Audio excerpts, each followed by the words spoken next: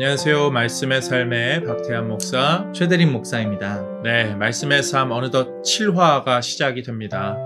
야, 이렇게까지나 함께 했다는 게 참 하나님께 감사한 일입니다. 네, 뭐 7화 하면 얼마 안 된 것 같지만 7주나 저희가 지금 하고 있는 거예요.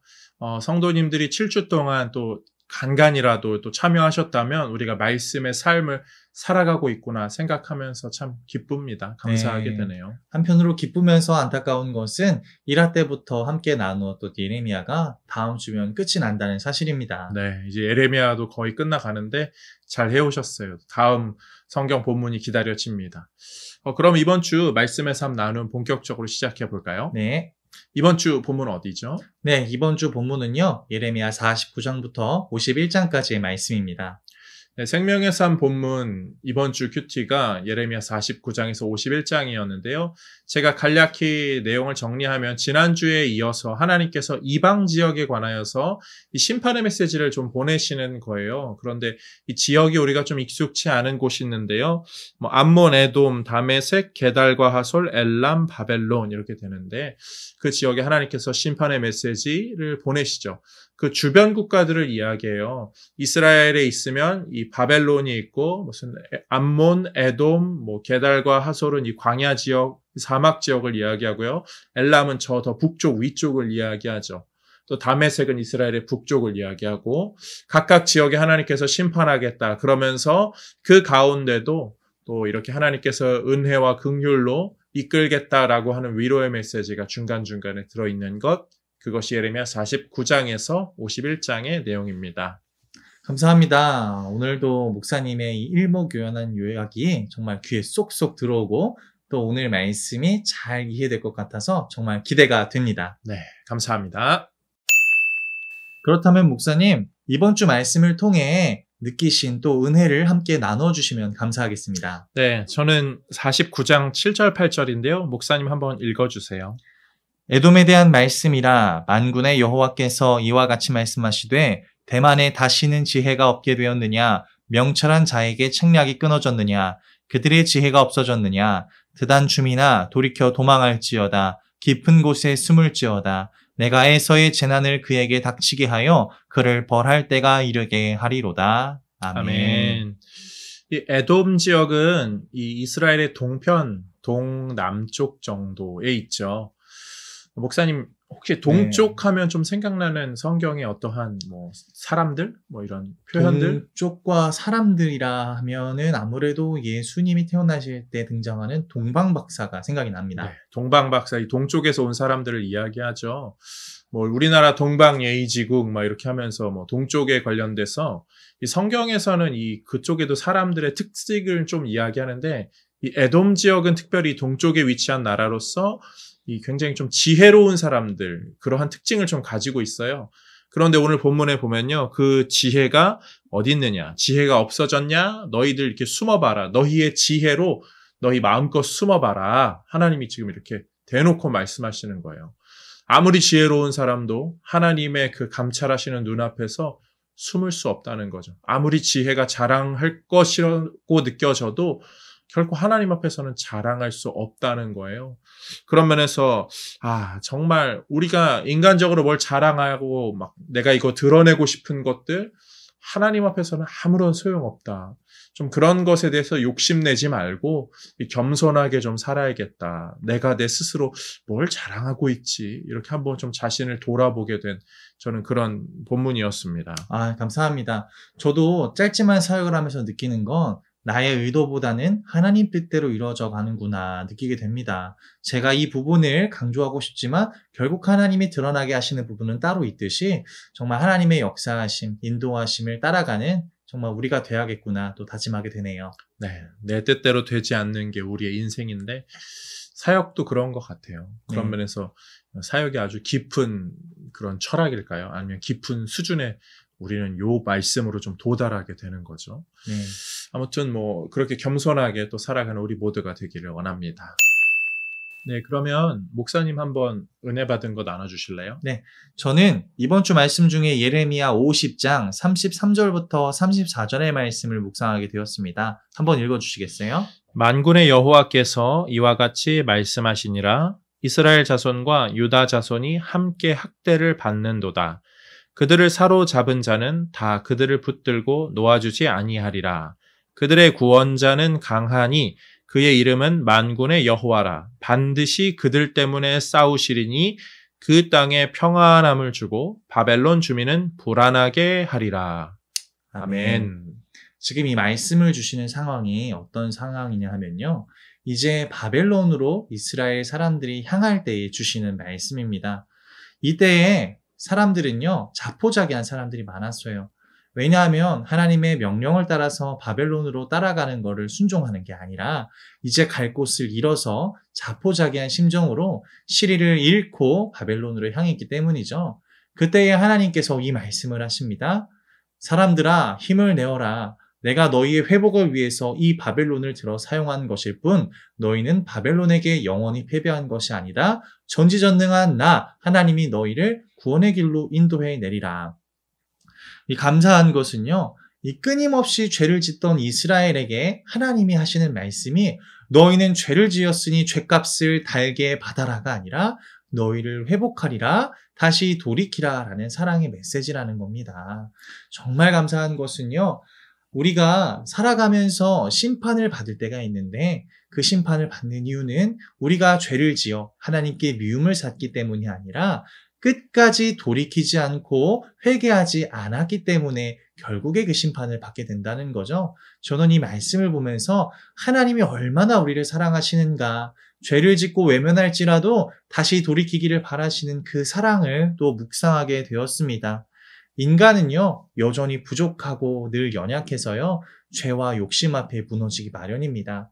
그러나 그러한 우리의 모습을 볼지라도 여전히 우리를 사랑하시고 돌아오시기를 바라는 하나님께로 나아간다면 우리는 죄값을 받는 것이 아니라 그 계기로 인해서 은혜를 경험하게 되죠.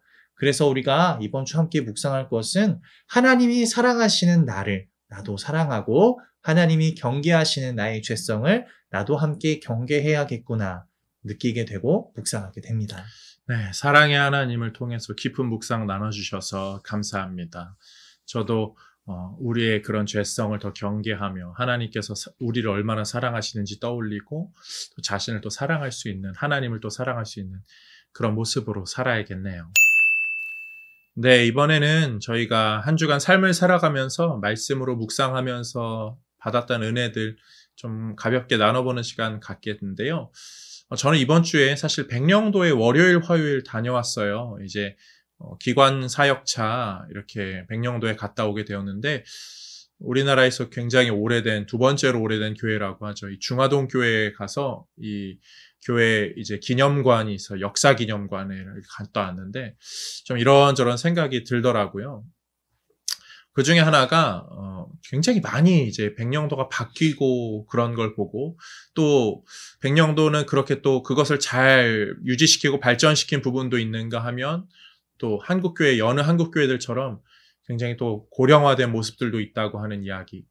그런 이야기를 들으면서 우리가 이렇게 시간은 결국 흘러가는데 그것들을 잘 유지, 보수, 발전시키고 있는가? 아니면 그냥 그것들이 잘못되는 길로 가도록 내버려두고 있는가? 한번 이렇게 좀 생각하게 되었어요. 분명히 그냥 우리가 놔둬버리게 되면 변질되는 것들이 있어요. 또 잘 간직하고 보수하고 또 발전시켜야 하는 것들도 있고요. 바벨론은 그런 면에서 너무 교만했죠. 자신들이 최고라고만 생각했던 그 교만함이 있었죠.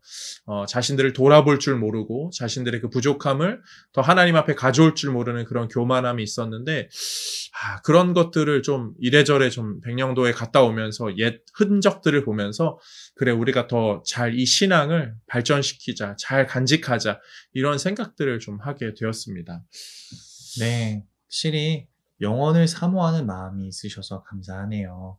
정말 변해질 세상의 것이 아니라 영원 불변하신 하나님을 믿는 내가 되어야겠다. 저도 들으며 다짐하게 됩니다. 네, 영원을 꿈꾸며 살아가는 뭐 세상 것들 다 금방 지나가잖아요. 뭐 열심히 뭐 이렇게 사는 거는 당연한 것이지만 너무 여기에 집착할 필요는 없는 것 같아요. 저도 어렸을 때 젊었을 적에 목사님 아세요? 제가 머리숱이 굉장히 나름 많이 있었어요. 네. 근데 그게 영원할 줄 알고 막 염색도 하고 파마도 하고 막 해봤는데 뭐 이렇게 빠지고 막 이런 날이 오더라고요. 그래도 뭐 요즘은 그냥 뭐 빠지면 빠지는 대로 뭐 이렇게 또 좀 이렇게 좀 잘 이렇게 견디면 견디는 대로 그렇게 살아갑니다. 또 그렇게 맞춰 사는 것 같고요. 또 뭐 모르죠. 뭐 어떻게 또 네. 잘 생길 날이 올런지. 네, 뭐 세상의 것은 있다가도 없어진다고 하지만요. 또 네. 주신 것을 또 잘 또 감사하며 살 수 있는 또 그러한 은혜가 있기를 소망합니다. 네, 잘 포장해 주셔서 감사합니다. 목사님 은혜 받은 거 하나 좀 나눠주세요. 네, 저도 말씀 나눠드릴 텐데요. 저는 이번 주 말씀을 보면서 정말 우리의 능력 밖에서도 역사하시는 하나님, 세상의 역사를 주관하시는 하나님을 경험하게 됐습니다. 우리가 민수기를 보면요, 조금 생소할 수 있지만 발람이라는 선지자가 나옵니다. 그 발람이라는 선지자가 뭐 하는 사람이었냐 하면은요, 축복을 하면서 돈을 받는 사람이었는데요.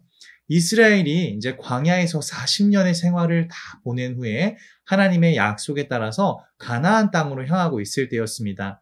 그때에 모세가 이끄는 이스라엘은 하나님의 권능으로 어디를 가나 전쟁에서 승리하고 승승장구했죠. 그런 소문들이 열방에 들리기 시작하니 많은 나라들이 두려워하기 시작했습니다. 우리도 이전의 나라들처럼 이스라엘에게 멸망하진 않을까? 두려웠고 이스라엘을 이기기 위해서 온갖 방법들을 생각해냈죠. 그때에 많은 이들이 생각해낸 것이 바로 이스라엘을 저주하는 일이었습니다. 당시에는요, 전쟁이 사람 대 사람의 싸움이라기보다는 신과 신의 전투라고 생각을 했습니다. 그래서 그들이 섬기는 신을 굴복시킨다면 당연스레 전쟁에서 이길 것이라는 의식이 있었죠. 그래서 이방 사람들은 발람이라는 선지자를 고용합니다. 그래서 누구를 저주하느냐? 이스라엘이 섬긴다 하는 하나님을 저주하게 하죠. 그때에 이제 제단을 쌓고 저주를 하려고 하는데 발람의 입에서 이상한 말이 나옵니다. 바로 하나님을 찬양하는 말이 나오죠. 그 왜 그랬을까요? 그것은 바로 하나님께서 발람의 입을 주관하셨기 때문이고 또 이스라엘을 지키시기 위함이셨습니다. 정말 감사한 것은 이 발람의 일은 이스라엘 사람들이 아무리 애를 써도 생각할 수 없고 예측할 수 없는 부분이었다는 사실이죠. 하지만 하나님께서는 인간이 생각할 수 없는 영역 밖의 일에서도 하나님이 역사하여 주시고 우리를 지켜주시고 그 앞길을 인도해 주신다라는 사실입니다. 저는 이번 주 말씀을 보면서 이 예레미야를 통해서도 그렇게 하시는구나 경험하게 되죠. 사실 이 상상할 수 없는 두렵고 어려운 혼돈 속에서도 이 사람들이 생각할 수 없는 그러한 미래와 또 희망의 메시지를 하나님이 전해주시고 그 앞길을 앞서 나가셔서 구원의 길로 인도하시고 예비하시고 지켜주신다라는 게 정말 든든해지고 마음 따뜻해지는 그러한 은혜의 주간이었습니다. 그래서 정말 묵상하게 된 것은 정말 부족하고 연약한 나이지만 우리이지만 우리가 생각할 수 없는 많은 부분에서 하나님이 넓게 우리를 지키시고 우리가 또 기대하기 힘든 그 미래의 부분에 대해서도 하나님이 앞서가셔서 우리를 인도해 주신다는 사실 함께 묵상하고 또 은혜 누리시는 한 주가 되셨으면 너무나도 감사하겠습니다. 네, 하나님은 우리의 역사를 주관하시죠. 현실의 상황들을 더 넓게 볼 수 있는 것, 하나님의 시각이 아니면 불가능한 것 같아요. 지금 코로나의 상황이 1년이 이제 막 넘어가겠죠. 지금 분위기로 봐서는요. 그런데 우리가 수십 년이 지났을 때 역사의 그 기록자들이 이 한 장면을 떠올리면서 코로나의 1, 2년은 한국 교회나 아니면 전 세계의 사회에 큰 아픔을 준 한 해였지만 그로 인해서 오히려 더 경건한 자들이 세워졌다. 만약에 이렇게 평가된다면 정말 하나님의 큰 시각이 거기서 드러나게 되겠죠. 현실의 모습에 너무 작은 지금의 아픔에 우리가 집중하기보다는 하나님의 큰 뜻을 우리가 바라보면서 또 이 시간들을 좀 잘 이겨나가는 우리 모든 성도님들이 되시면 좋겠습니다. 그래서 저희가 이 코로나 때문에 이런 영상도 찍게 됐잖아요. 네, 맞습니다. 네, 이거 뭐 저희 엄두도 못 냈을 것 같은데 코로나 아니었다면 이런 거 하지도 못했을 것 같은데 코로나 때문에 이렇게 말씀의 삶 영상도 찍고 성도님들 얼굴 이렇게 저희 얼굴 좀 더 보여드릴 수 있어서 참 감사합니다. 감사합니다. 하루빨리 이 상황이 더 좋아지기를 우리 기도하는 마음으로 또 그렇게 살고 또 신앙으로 승리하는 우리 모든 성도님들 되시기를 바랍니다. 네. 우리 마지막 인사 한번 드리죠. 네. 사랑하는 성도님들 한 주간도 말씀으로 사세요. 이게 할수록 마지막이 잘 안 맞는 느낌이 드는 거는.